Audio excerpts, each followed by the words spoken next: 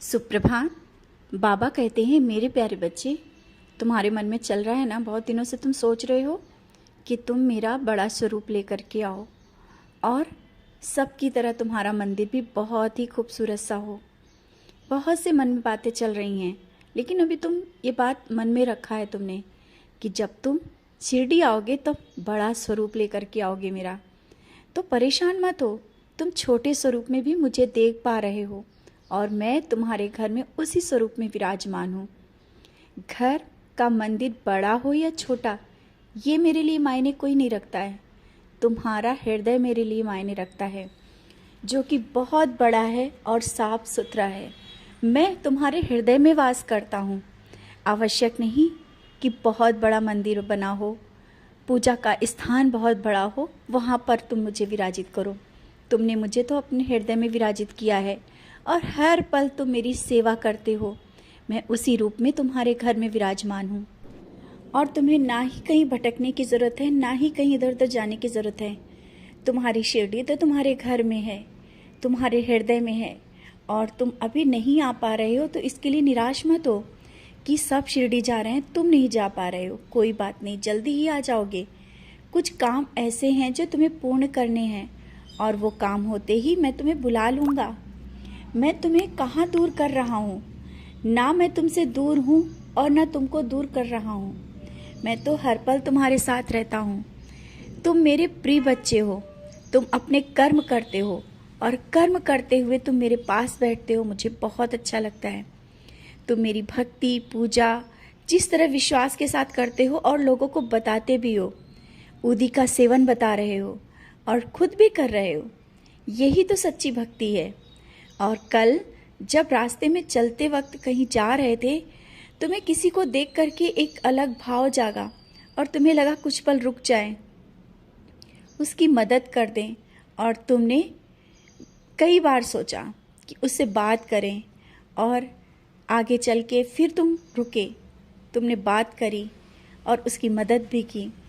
ये मत सोचो कि मैंने देखा नहीं, मैं किस रूप में कहाँ आ जाऊँ ये तुम्हें पता भी नहीं चल पाता है। बाद में सोचते हो कि हाँ, हो सकता है कहीं बाबा ना हो।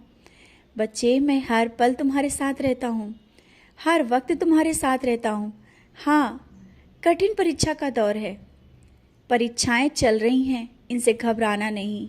और परीक्षाएं चलती हैं तो मैं तुम्हें पकड़ के रखता हूँ, इससे विचलित होने की कोई ज़रूरत नहीं है, कुछ भी परेशान होने की ज़रूरत नहीं है।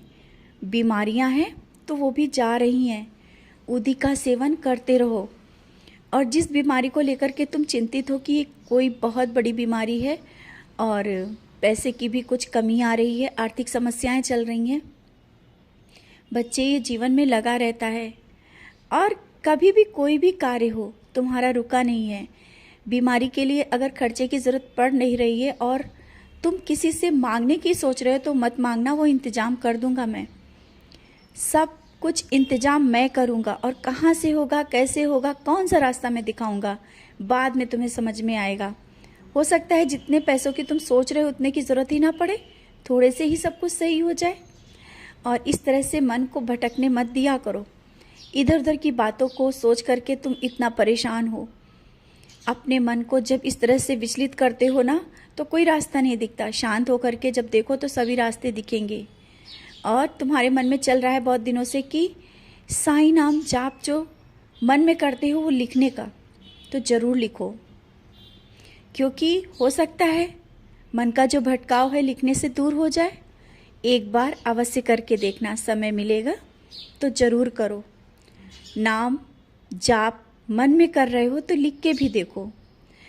लिखने से तुम्हारा मन एकाग्र हो जाएगा, मन एक जगह लग जाएगा और फिर धीरे धीरे आंखें बंद करके भी नाम जाप या चलते फिरते उठते बैठते भी कर सकते हो।